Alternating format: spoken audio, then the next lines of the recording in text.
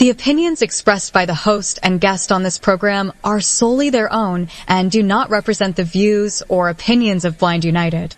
We strive to provide diverse perspectives and discussions on our platform, but the opinions expressed should be understood as personal viewpoints and not reflective of Blind United as an organization.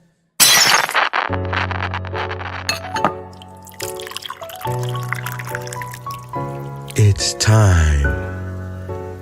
It's time for coffee time. Coffee time. Coffee time. Coffee time. Coffee time. Coffee time. Coffee time. And here is your coffee time crew. Well, good Thursday morning, everyone, and welcome back to Coffee Time with Blind United. So just two of us on the crew this morning. Of course, I'm here, Ed, and my brother Pedro. Good morning, Pedro. Good morning, Ed. Good morning. How's everybody doing? Happy Thursday. Yeah. So anyway, let's get this interest group out the way. Tonight we have the art of podcasting. So if podcasting is something you would like to do or like to learn more about or maybe need some advice, George has been doing podcasting for well over 10 years now. So, he's pretty versed in the proper way to do stuff or whatever, different formats, different platforms, and so on and so forth, different equipment you may need, stuff like that. So anyway, come out tonight at 6 p.m. Pacific time and join us for the art of podcasting with George Zavala. So, but other than that, it's Pedro's birthday, so I'm going to wish you on the air. Happy birthday, my brother. Oh, thank you, Ed. Thank you for the birthday wishes. How old are you now? 40 what? I'm -3. -3? Mm-hmm. I don't grow. I go backwards. Okay. I just mess with you. I'm maybe 41, Okay. I feel like I'm 22, 23. Well, I wish I could go back to 41 and know what I know now.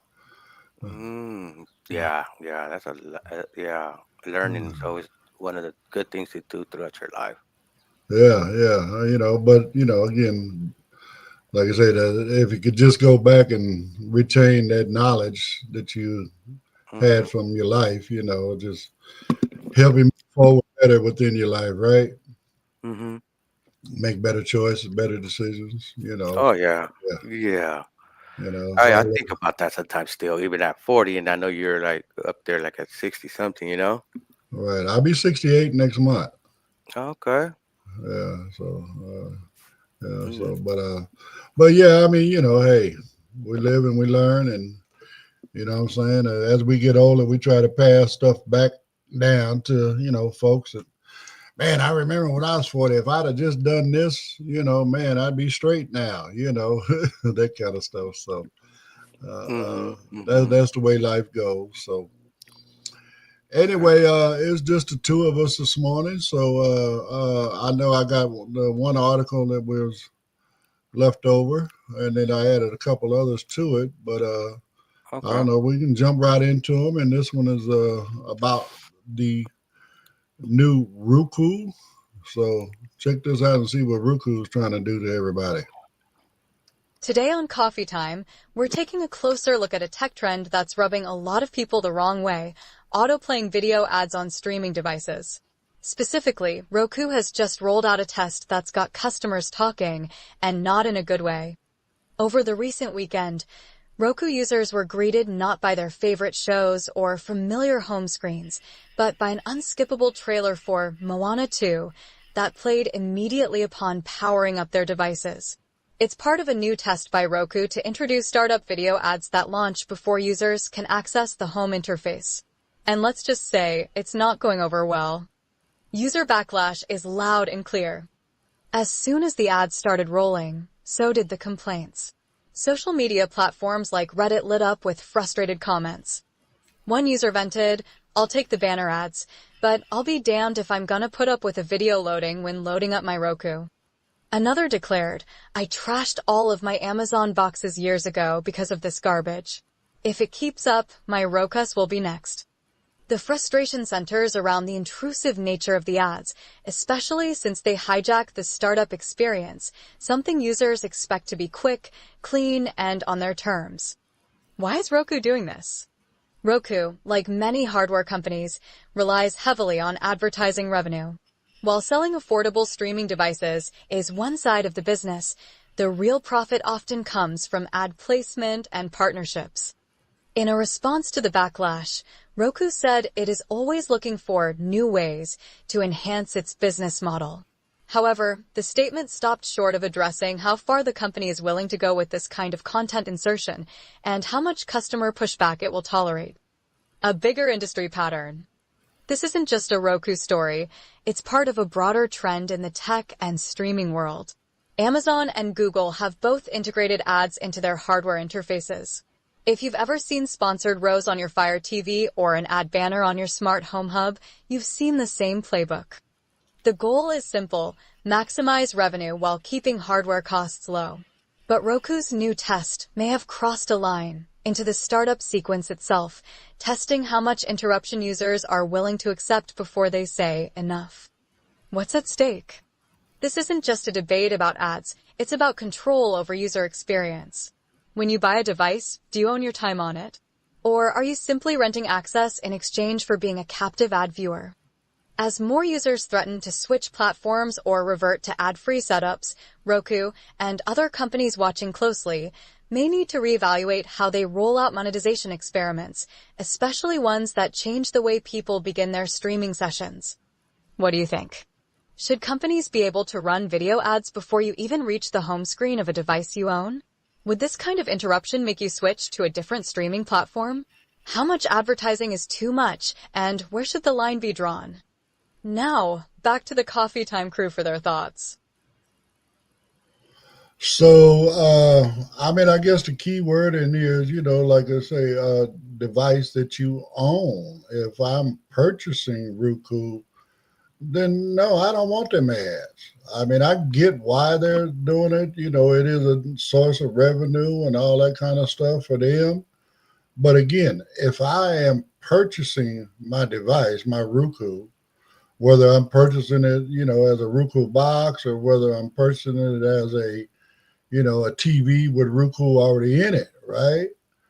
I'm purchasing that Roku, and therefore I shouldn't be bombarded with these ads. Now, if you want to offer a Roku for free, you can put all the ads on there you want to.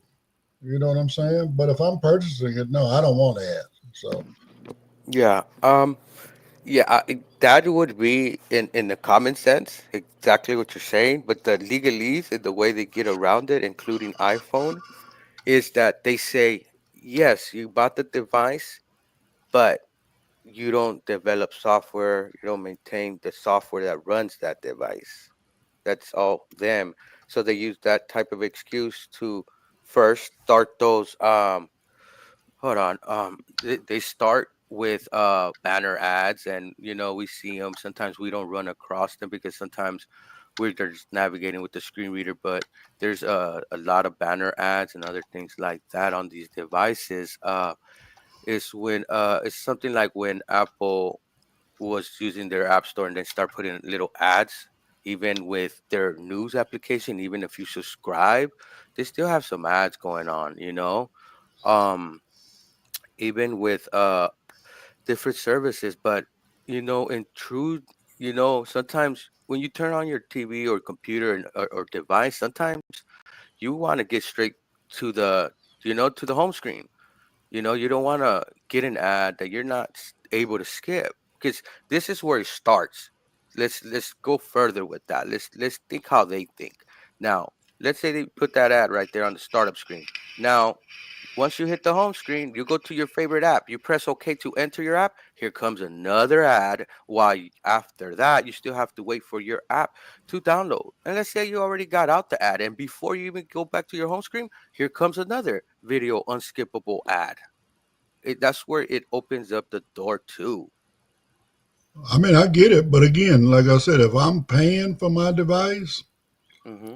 I'm good. Again, I get what you're saying. A lot of us nowadays, Everybody's got these terms and conditions and all that stuff. And if you don't really read through that stuff, most of us don't, right? We just accept it and move on. And then next thing you know, we're caught up in it that, oh, okay, well, you agreed to this, within the Mm-hmm. terms of, Mm-hmm. terms and so on and so forth, right? But I don't know, like I said, it just, for me, if I'm paying for something, no, I don't want advertisement in what I'm paying for, uh, you know, Well, I mean, even back in the mhm. day, I mean, I'm sorry, I go back a lot further, right? When we had on TV and select TV, you know what I'm saying? Those were the first things. And then, we got cable, right?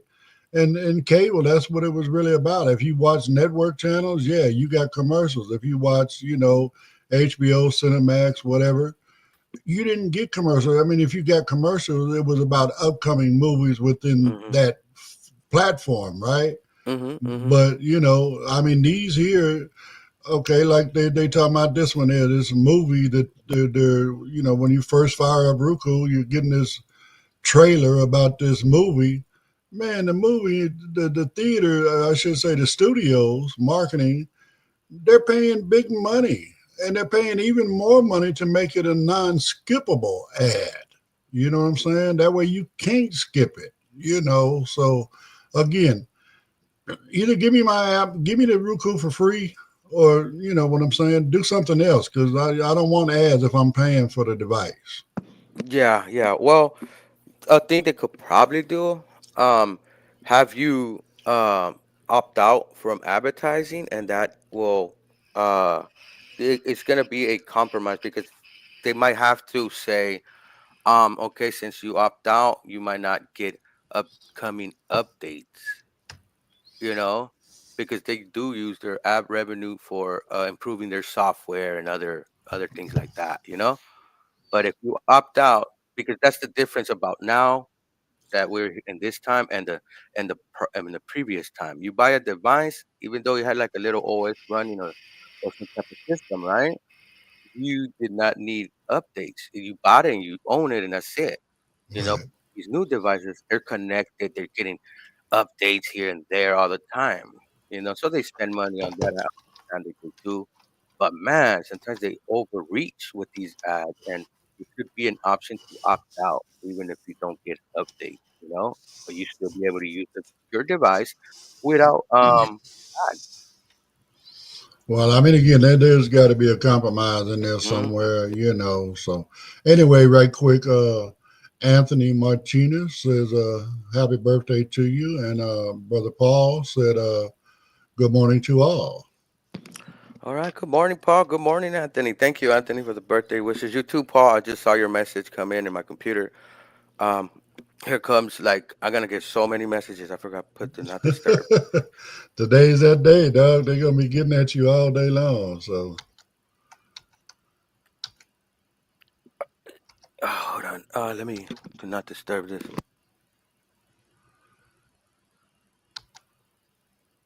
okay.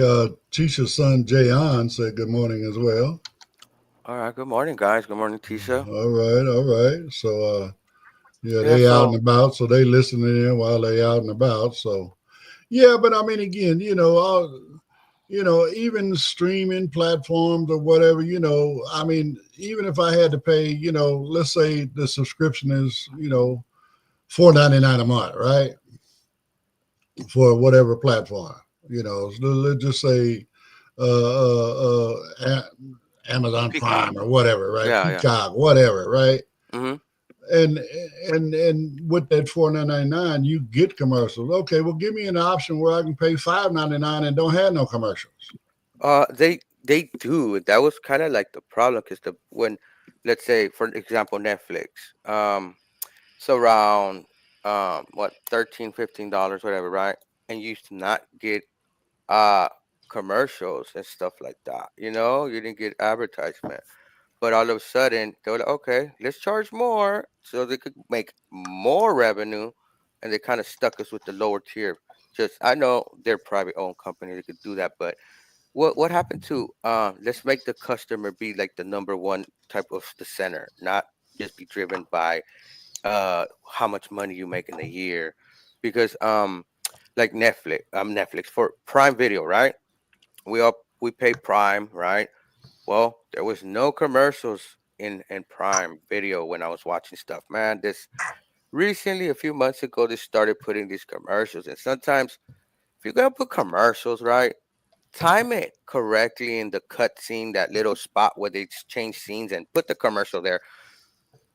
Prime has these commercials coming in the worst time when something is happening and you're like all into the show, and then boom, a commercial. At least transition good to a commercial, because they still have that little cut while they go to the next scene. Why they cannot take their time and put it more conveniently? You know what I mean? It's just a Well, little I thing mean, I that. hear what you're saying, but bottom line, let me go here. If you're gonna cut my movie for a commercial, I'm good. I'm getting away from you. I'm not gonna do that. When I watch whatever platform to watch a movie, Hmm. I could probably deal with commercials, before the movie, maybe after the movie, whatever, Hmm. but definitely not during the movie. Yeah, Let me watch my movie uninterrupted. yeah, and that's something Prime Video is doing. I forgot who, man, what streaming site? There's a streaming site that shows commercials before the movie. I think it's Freebie. They show you, well, they show you like 4 or 5 before, and then probably like 1 or 2 during the movie. But yeah, because on Prime I watch a show, and this show is pretty good. It's like a kid show and stuff, but it's like a good action. Well, it's not a kid show because it's graphic, but it follows like a superhero type thing. But that aside is, you know, that's where I noticed all these ads coming out. Like, man, they come in at the worst time and stuff, you know. But I think they're overreaching. Like the article says, when is it too much? When is it, when are we're gonna let's say boycott or write these emails or contact them and stuff like that, because until they have some type of blowback, they're gonna continue moving the goalpost back and more back and more back. You know what I mean? This is what they do. Right, right. I was going through these comments. Your Hmm. better half says, Yeah, but yeah, guys. yeah, So your the girl says, happy birthday, and here's to another year. thank you, baby. Um, Yeah, so they could overstep even with these companies, these ad companies. How we just had an article a few months back about them bidding live on information on our location and times and where we at and what are you watching and stuff like that, due to a backdoor little trick that they pulled. Even the developers did not know this, that they were getting and gathering this information. And the crazy part is that they bidding on this information live without us knowing, or the developers, even though it did violate some terms and conditions. But you know, who's gonna hold them accountable? You know? Well, there's all kind of, like you say, folks doing unscrupulous stuff to get our information and all that other kind of stuff. And Hmm. again, these platforms need to, take into account a lot more, user security, right? I mean, again, we've shifted away from, customer satisfaction, you know what I'm saying? And, the brand loyalty and all that kind of stuff. Now it's always about their bottom line, right? I mean, it used to be a thing that, there No, but used to be a saying that everybody always used to use: the customer is always right. Well, I mean, not hmm no more, not in today's world. You know what I'm saying? yeah, but It's a whole different um, situation. yeah, you're right. Yeah, they did change from the customer is right, but the only thing I'm gonna add to the brand thing, that's the problem, that we follow brands. The stores don't follow brands. We follow brands, like the Target store. People go to Target because it's Target. It's Tarjay, it's the brand, you know. So the problem is that sometimes we're so used to going to the store, like, oh, this Target, or this is Walmart, or this is this store, and they get stuck going to that brand. And even if they increase their prices, we're on some type of familiarity with that store that is like kind of, oh, let me go there, you know. And that's kind of like the problem when we follow like Gucci and like that, and people have $200-300 sneakers, and they still walking and catching the bus instead of having a car. Right. I mean, you mentioned Walmart. When's the last time you seen a commercial? I mean, of course, I can't see inside the store anymore, but Hmm. remember they used to do that thing about falling prices, right? Oh, the rollback prices. No, falling. I mean, they just said prices are falling, right? And they had, Hmm. they had these signs throughout the store, when they have stuff in a kiosk or whatever they were selling, falling prices, was Hmm. this, now it's this, right? Then they did commercials where, they actually had the numbers falling off of the sign, talking about the prices are falling, right? Oh Man, you yeah, and don't it be see being that no, little character. yeah, Yeah, I you don't remember see that. none of that stuff no more, man. They've gotten away from all of that kind of stuff. So, corporate Hmm. America is going to do what they're going to do. I mean, Roku, they may not be as big as Walmart or whoever, but they're still a corporation and they're following that business model. You know what I'm saying? It's whatever they can do to create, more revenue for their bottom line. So, on that note, we are at that hour or that moment. So, let's go ahead and run the promos and then we'll get into this next article. If you'd like to know more about Blind United, you can visit our website at blindunited.org. You can email us at info@blindunited.org. You can call us at 909-846-8825. You can follow us on Instagram at Blind United Interest Groups. You can follow us on X at Blind United 22. You can watch our YouTube channel, Blind United. You could join our Facebook group, Blind United Interest Groups, or you can follow our Facebook page, Blind United. Did you know that people in third world countries do not have access to canes? The You Can Give initiative gives canes to people all over the world who cannot get canes. The You Can Give initiative not only goes to these countries and gives people canes, but they give people canes and a digital recorder that is solar powered that has instructions on how to use the cane and instructions on how to repair the cane. The You Can Give initiative is a very worthy cause, giving canes to blind people all over the world.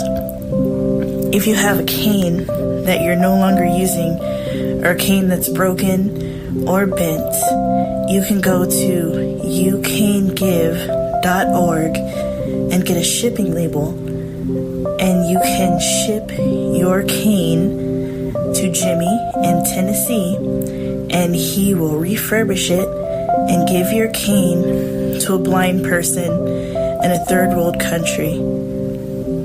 That website again is youcangive.org. All right. Well, again, we always try to help Jimmy out.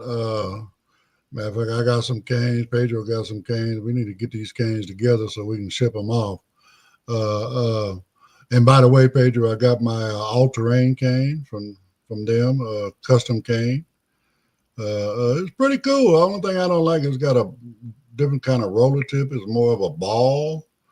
It's I'm gonna say it's not quite as big as a softball, but bigger than Oh, so but it's you have bigger than the a ball tip, yeah. and It's you're got a used to the ball tip. marshmallow tip. Yeah, I'm used to the marshmallow, so I tried to pull it off without putting a whole lot of force on it, but I'm gonna see if I can get it off and put my marshmallow on it. But Oh, other than that, man, I like it. It's really, really, really strong, man. okay. Ooh, man, it's way strong. And then Yeah. the extra added thing to be able to stretch it out, I believe an extra 6 inches. Yeah. That's really, really cool as well. So Yeah, uh, that ball tip, it could be good for people that just like to kind of that have height, that have some sight, that just push the cane. I know Monica has an issue when the cane kind of shoots back because of the tip, gets on those small cracks. yeah. Well, I mean, my marshmallow doesn't, but I can see where the ball would not, and I guess that's why they're using the ball. It would, more, Hmm. slide across different terrains or whatever, because it is an all-terrain cane. So, you know, Hmm. even though I ain't going to be out in the dirt much, unless they tear up the sidewalk somewhere, but no, it's pretty cool. So anyway, this next article is, we got a lot of folks that are trying to do away with no fault divorce. So anyway, check this out, and then we'll talk about it on the other side. Today on Coffee Time, revisiting divorce laws, is no-fault divorce at risk? Let's talk about a topic that could have lasting consequences for families, individual freedoms, and the legal landscape across the country: divorce. Specifically, a new effort in Oklahoma is putting the spotlight back on the concept of no-fault divorce and whether it should continue to exist. In January 2024, Oklahoma State Senator Dusty Devers introduced Senate Bill 1958, a measure designed to eliminate no-fault divorce in the state. At the heart of this proposal is a single, significant change, removing incompatibility as a valid reason for ending a marriage. This proposal has sparked a lot of conversation, both in legal circles and among everyday folks, because it takes us back to a time when people had to prove wrongdoing just to dissolve a marriage. What would change?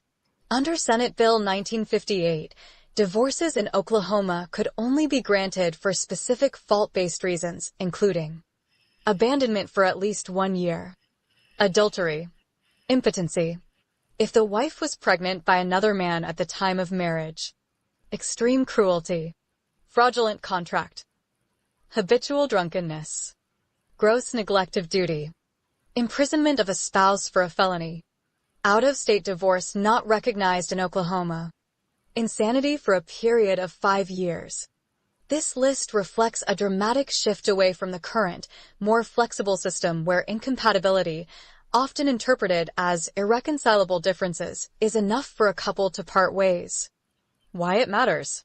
While some supporters argue that this bill could strengthen the institution of marriage by discouraging easy outs, critics say it's far more likely to create hardship and harm. Here are a few of the top concerns. 1. Increased burden of proof. Under this proposal, individuals would need to bring forward concrete, often sensitive evidence to prove their grounds for divorce.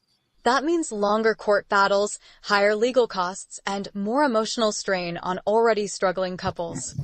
2. Risks for domestic violence survivors.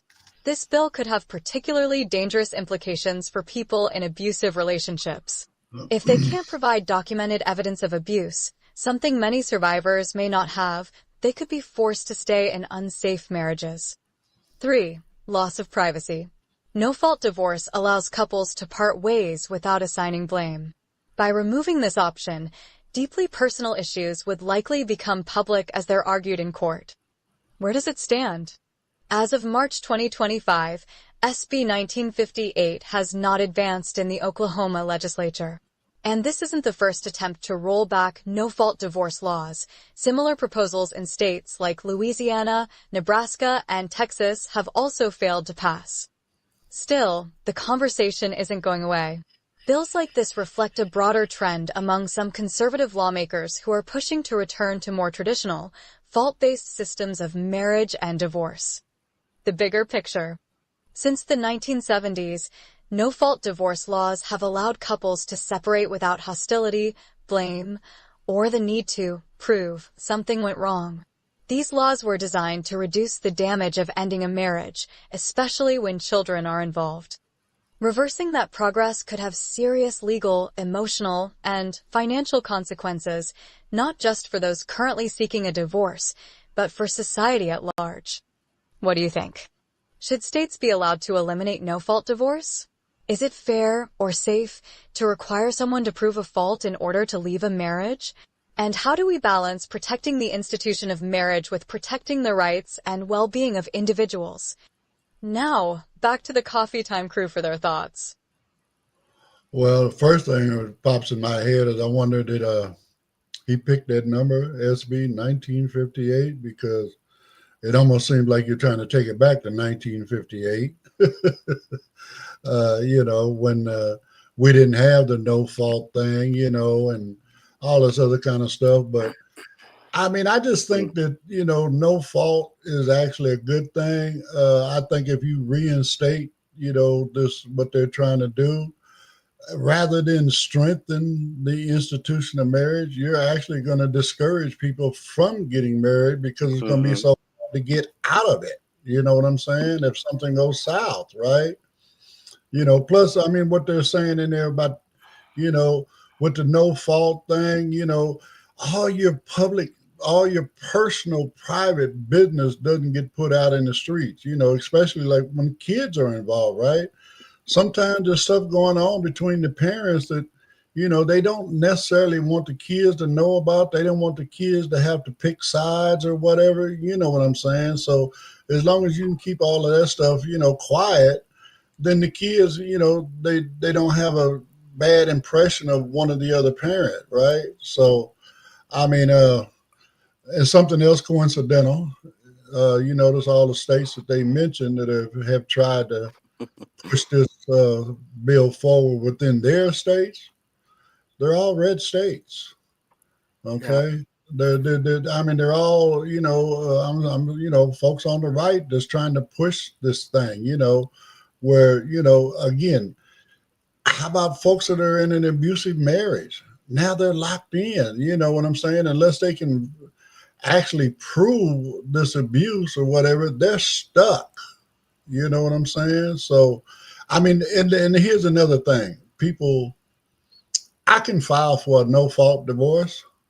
If who I'm divorcing doesn't agree to that, now it goes basically to, okay, well, now, no, they don't want that. So now we got to go through that court battle. Mm-hmm. So my point being is that option is still there. It only works when both parties agree to a no fault divorce. So Mm-hmm. to me, it's a waste of time. It's a waste of Funny. the whole part. I mean, again, and all you're doing is making these divorce attorneys more richer, right? Mm-hmm. Because now they're okay. Now this battle's going to carry on for who knows how long, right? Yeah. So yeah, it's crazy, man. So, but anyway, that's my take on it. Yeah. Just to go back on the 1958 little thing that you mentioned and noted out. Um, it's funny because it seems like they want to go to a earlier time where the they believe they should be the only ones making the decisions. No women, no wife, no other groups in society but them. I You don't know. even think women could have voted in '58. Mm-mm. Mm-mm. You know No, what I'm saying? couldn't. So I mean, that's crazy. And when it comes to the what they're trying to do, i- you know, it seems, and this is just my opinion, just to note it, put it out there. Uh, these people that are trying to push these senators, these people, these politicians, they end up cheating all the time, and they want to most likely pass this, so they will have to present evidence. If you don't have evidence, and sometimes it's hard to acquire that, you know. And then even fighting that evidence in court. If you see someone in public and it's your husband with another woman, he could say, "Oh, that's my friend," and you have to prove. You might have to catch him doing the act. You know. And then it So, comes into more money because what? Now you got to hire a private investigator. You got to, they got to hmm follow them around. They got to catch them going in or out of a motel. Maybe catch them having sex in the back seat, whatever the case may be. But again, that's just more money for that investigator besides the money you're already spending on an attorney. yes, and also that opens up the door for physical abuse, like I said. But there's also emotional and mental abuse. Sometimes we miss and don't talk about those. Um, Verbally, you could get mentally abused, put down, and with that comes emotional abuse. You know, Yeah. and then from that, those are things that the court might not recognize. They might want physical evidence, but what about you don't have physical abuse, but you have emotional and mental abuse? Uh, Right. And your tore down spouse. all your self esteem and all of that. There you go. There you go. And even seclusion from family members and stuff like that. You know. So this can have negative effects, meaning if the abuse, even if it goes to the man or the abuse goes to the woman, it can, especially for a woman, it can isolate. And we know men in society that love to isolate. We have this even now that we don't have this type of law enforced and stuff. We have people that abuse, even some women that do physical abuse, towards men. But there is slightly a higher percentage on the man and the way some men have, I hate to say that macho mentality, but it's more of a um I'm the man, so I should be able to control everything. But I should be the again, but leader. again, on that same note, Pedro, what man wants to walk in the course and say, "Judge, I need a divorce because my wife is whooping my ass"? You know what I'm saying? Most men are just not going to do that. You know what I'm saying? They're not going to Yeah, but admit to that in court and in public. You yeah, know, yeah, you could admit that because look, there's men that the woman gets a little riled up, and as a man, you're stronger. One punch from her might not even hurt like that, but one punch from a man can knock him out. You know what I mean? So, sometimes, you have to hold back. You can't just, but it could get turmoil, man, on both sides, but yeah. especially on the women, you know. But again, I still say, even with the way things stand now and having, Mhm. the no fault uh, piece in there, again, if the other party contests it, now we go through the whole thing. So why take the no fault out when you still have an option to contest? You Mhm. understand my point?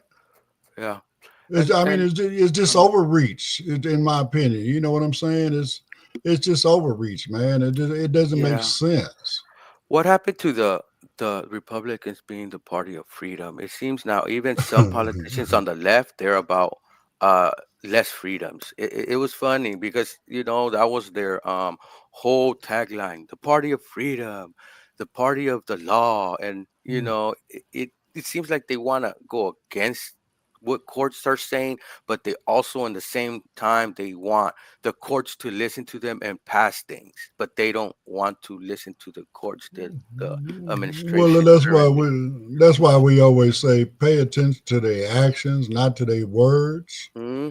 You know what I'm saying? I mean, no matter who it Good is, advice. Democrat, Republican, independent, Hmm. it doesn't matter. You know what I'm saying? Pay attention to their actions, not their words, because politicians will say anything when Yeah. they You know standing in what? front of that microphone. Talking about that, you know what should we have? We should have incoming notifications, right? Let's say the House, they have to vote, right? I know the list, some our lists are public. I know sometimes they vote behind doors, or sometimes they vote as a block so they won't get their names on these lists. But we should be able to get that information easily because we have to vote on these people. We should be able to get it an email or notification in our phone and stuff like that.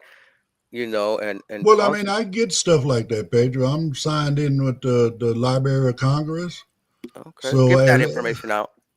as a well, you just go, you notify the Library of Congress, and then you sign up, and then you get notifications about different bills and when they're advancing, and when things are signed. I mean, you get so much stuff. I mean, I get so much stuff like where they designated, the Inglewood post office as, the Buffalo Soldier post office, right? Mm, but So see, you get all that kind of stuff when you sign up for it, and you can sign up okay. for different categories as well. Okay, there you go. That's what I was kind of gonna get into it. Sometimes you don't want to be overbearing. You just want like the bare bones to what you're kind of interested in. Like I will be interested on the voting, maybe a Right. So on notification on those, progression of the bill, but not like fully into the bill because there's a lot. Most people are not into politics like real deep. They just want, in the surface, and sometimes right. you must provide the crucial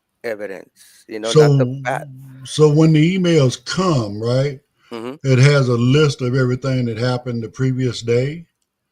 And then within that list, you can just skim over it like headlines or whatever, or you can click on the individual things, and then it gets more in depth on, what actually transpired, so on and so forth, what was changed, what was amended, all, the various things as they go through the process.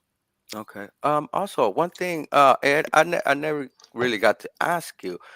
You know how they have the voting stuff, and they have like a paragraph or two, talking about the negatives. Well, the talking about the bill, the prop or whatever, and then they have like a company or a corporation on the negative or the positive of it.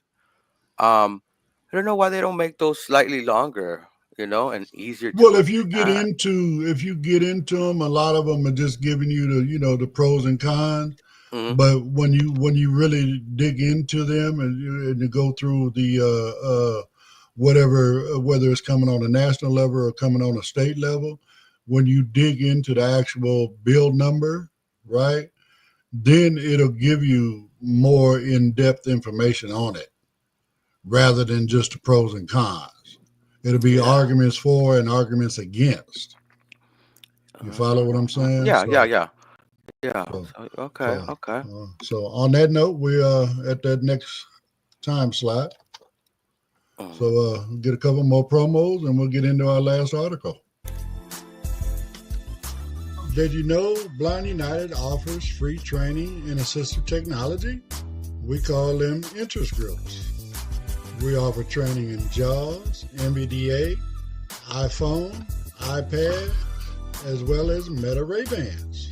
We also have groups like support group, cooking groups, and crafting groups. There are also groups for entertainment like movie night and RS game night.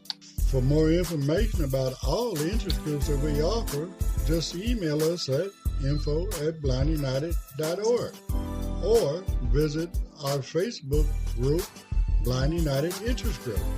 We would love to have you be part of the Blind United crew.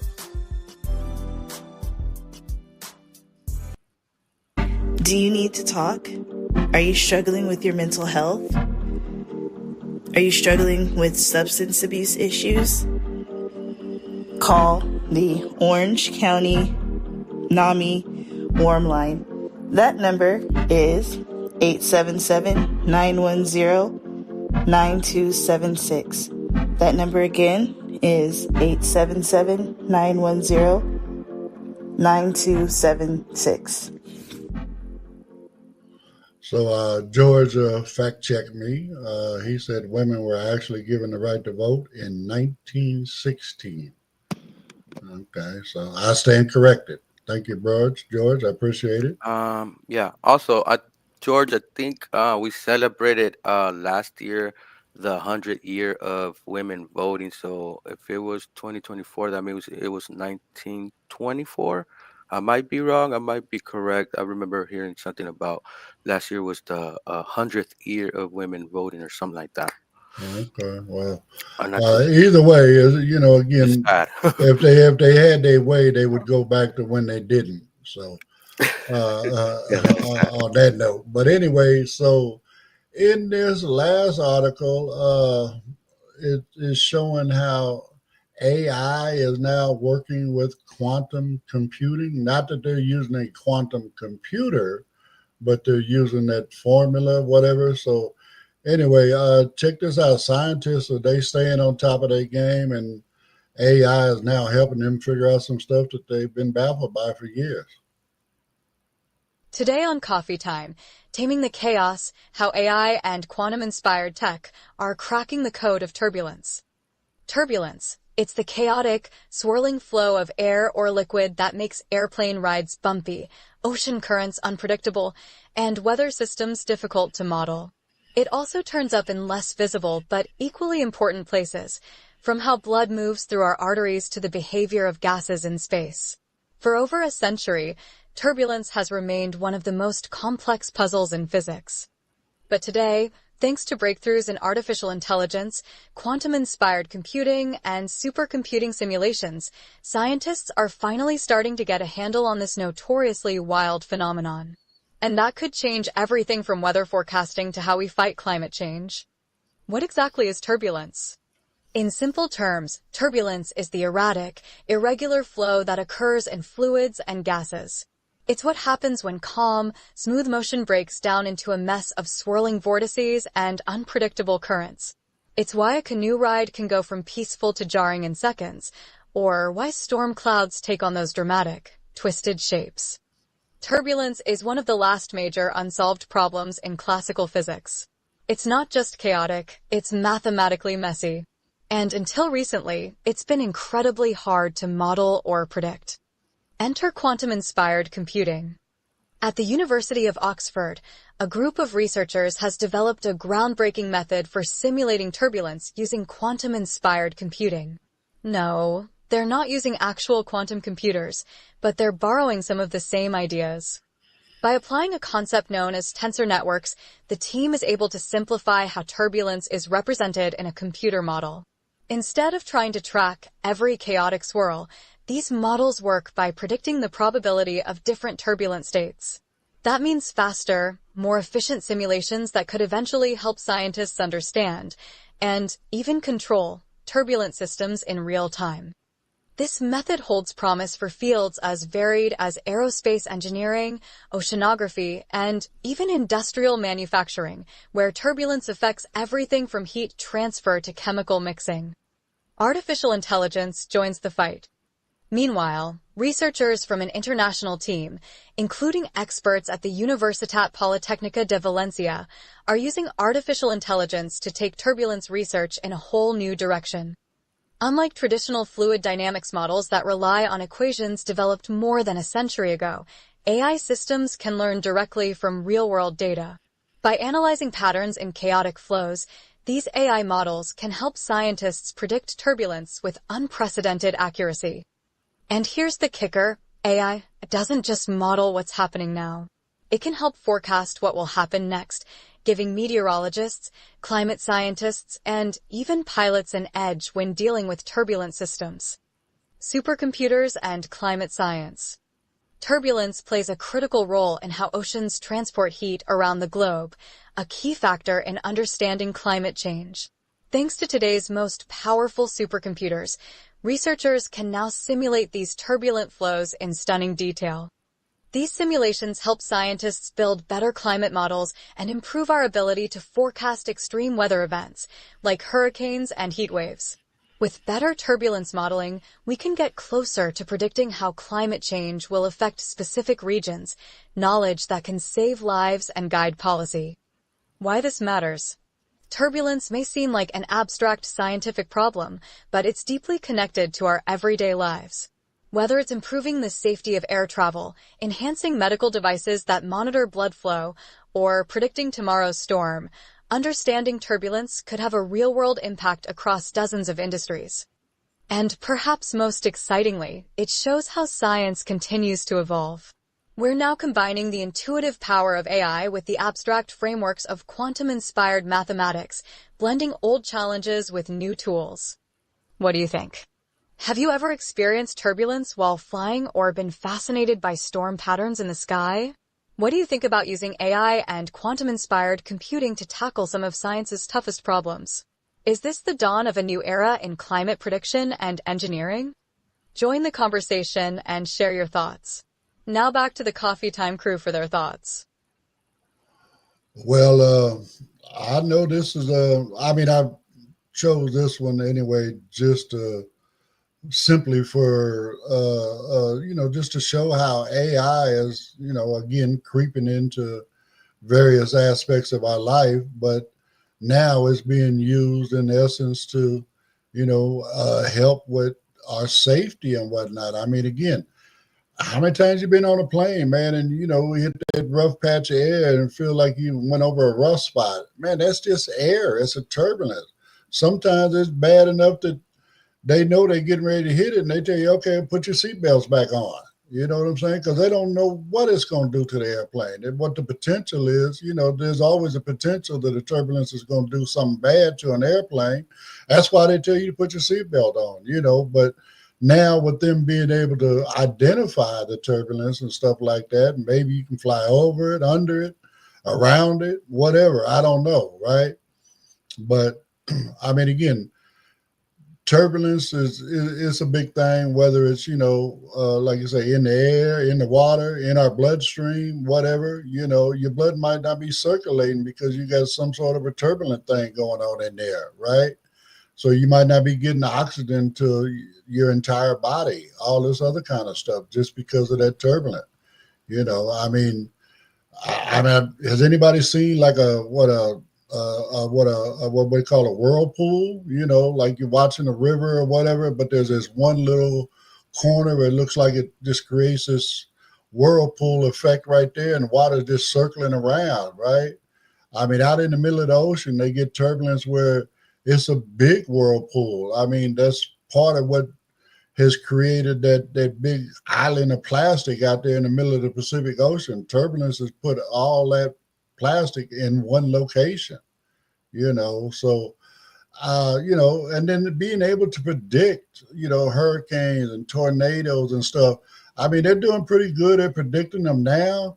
But again, when it comes to stuff like that, that's coming with destructive power, the sooner you can identify in which pattern, which direction it's going, the better it off it is for the people that's in the path of that thing. You know what I'm saying? The more warning they get, the more prep time they get, you know what I'm saying? To try to, make sure that they can either evacuate the area or, secure what they got and bunker down, whatever the case may be. So I just love the way science is continuing to move forward and again now using new techniques and new technology to try to solve old problems.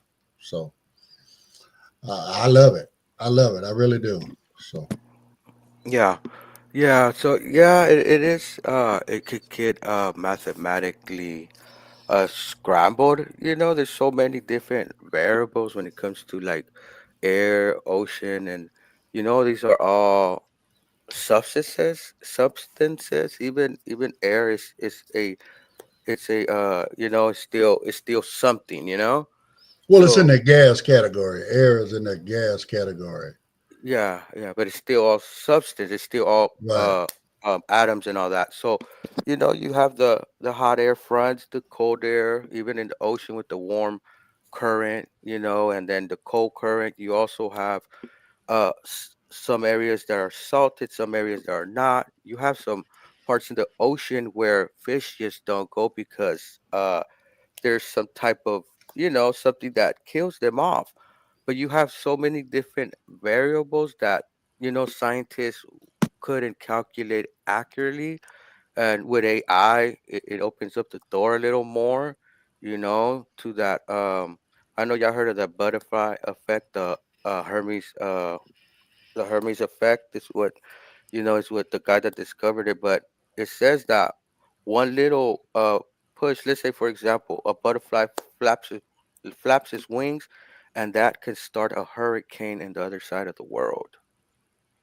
You know, so things like that were hard to predict. Now, using some of the techniques that quantum computers use to the way they operate, that's pretty dope that scientists were able to take some of those techniques, although they're not using quantum computers to model. But once these computers advance, these quantum computers will be able to do real good accurate models. You'll be able to enter so many different variables, and you'll be able to process information more faster than a supercomputer would. But it is cool that they are in that little front right now in the supercomputer and AI, and utilizing that to to give us weather and other things. It could probably be used for other applications, you know Right.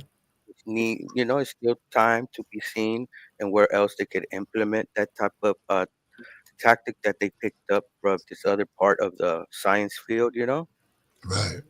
No, I mean, agree. Science is, to me, it answers a lot. Science answers questions and it solves problems, that we, I mean, you think about like medical science, right? how, let's go back, 17, 1800s, whatever, you know what I'm saying? There's a lot of stuff that was killing people off that we didn't know what it was. You know what I'm saying? And in today's world now, they can identify what it is, right? And sometimes some of these things can be treated or possibly eliminated, right? Science does all of that. I mean, science puts us in space. Science creates, the medicines and certain therapies and stuff that we have to use. I mean, science is help with on ergonomic side, right? If you continue with this type of movement for so long, picking up so much weight, all of this repetitive movement, science has broken that down. And now, well, you need to do this way. That way, it doesn't do as much harm to your body. Yeah, yeah, So science yeah. is a big thing. Is something that's really really necessary within our society, and Mhm. and for the most part, I mean, again, do I get into how can you tell me, what is the makeup of a planet that you've never been on just by looking at it? I'm not going to get into all of that, but when it comes down to stuff right here on the planet, you know what I'm saying? I'm down for anything that's going to improve our lives and Mhm. and and and and our planet. You know what I'm saying? Help us Yeah. to counteract some of the damage we've done to the planet and all this other kind of stuff. Science plays a big role in all of that. Yeah, yeah. I could go into explaining how they see these chemicals makeup of planets, but it will be a longer time. But yeah, since science has came to our society, our life has improved. Before science, you will get sick. You might have a virus or some germs, and you know you will get something. They were like, "Oh, you're cursed" or something like that, or drink this or drink that, But when science came along, we figured out that there's viruses, there's small organisms living on surfaces. Before that, we didn't really know about that. We didn't know at all about that. Since science has come, we have improved our life technology wise and technical ways, transportation, our the business industry when we had that boom in the early 1920s with the factories, and that was more of the industrial revolution that we had in the early Right. 90s that ended up building wealth. But engineers, scientists that were engineers came up with that type of method, and built like electric cars, trains, and better our society. Even with our healthcare system has improved. Well, You know, science did away with what they called medical quackery. You know what I'm saying? I mean, and that people just mixing up a bunch of stuff and telling you is a cure-all remedy, snake oil kind of situation, or whether they, the thing where you got, oh, okay, well, if we just shock you, it's going to fix this. Or I back in the day, I don't know if you remember this one, they had a thing, Pedro, what they called bleeding, where they would actually hold your take your foot over a bowl and cut into the main artery at your foot, and they drain X amount of blood out of you, right? And that was supposed to bleed the poison out of your system. I mean, just all that quackery. Science did away with that. oh You my know, God, so, yeah, yeah, and you don't have to be a science to know if a poison gets in a liquid. Like if you make a bucket and you put a little drop, it starts mixing it into the whole liquid. It changes the chemical, of the water that ends up mixing all together. Especially if it's in your blood and it's flowing, it mixes in. So, what does taking a little bit of blood out or this enough, taking a certain amount of blood takes out the whole poison, leaves you weak. Your body enters the stage of, oh, I'm sick. I need to up my defenses. You might get a fever because your body's trying to think, it's trying to fight off something that is happening.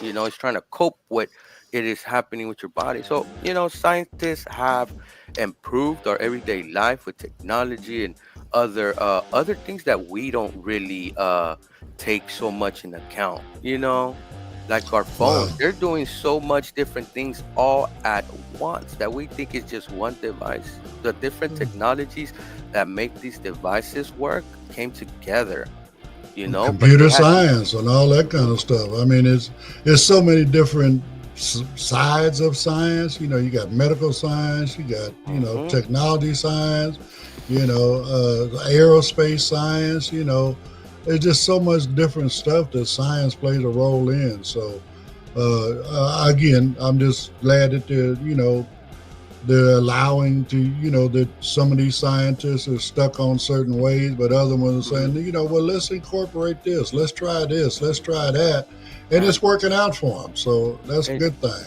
And what I don't like is when two things. When when like politicians try to politicize science, I don't like that type of things that they do. Also, I can't, like, when you have somebody in leadership saying that the scientists are giving bad information and you're not yourself a scientist, how you're gonna say that this scientist that gone to school, that trained, that do all this research, and you're just trying to dismiss everything because of your opinion. That's because you don't believe in it. Mm-hmm.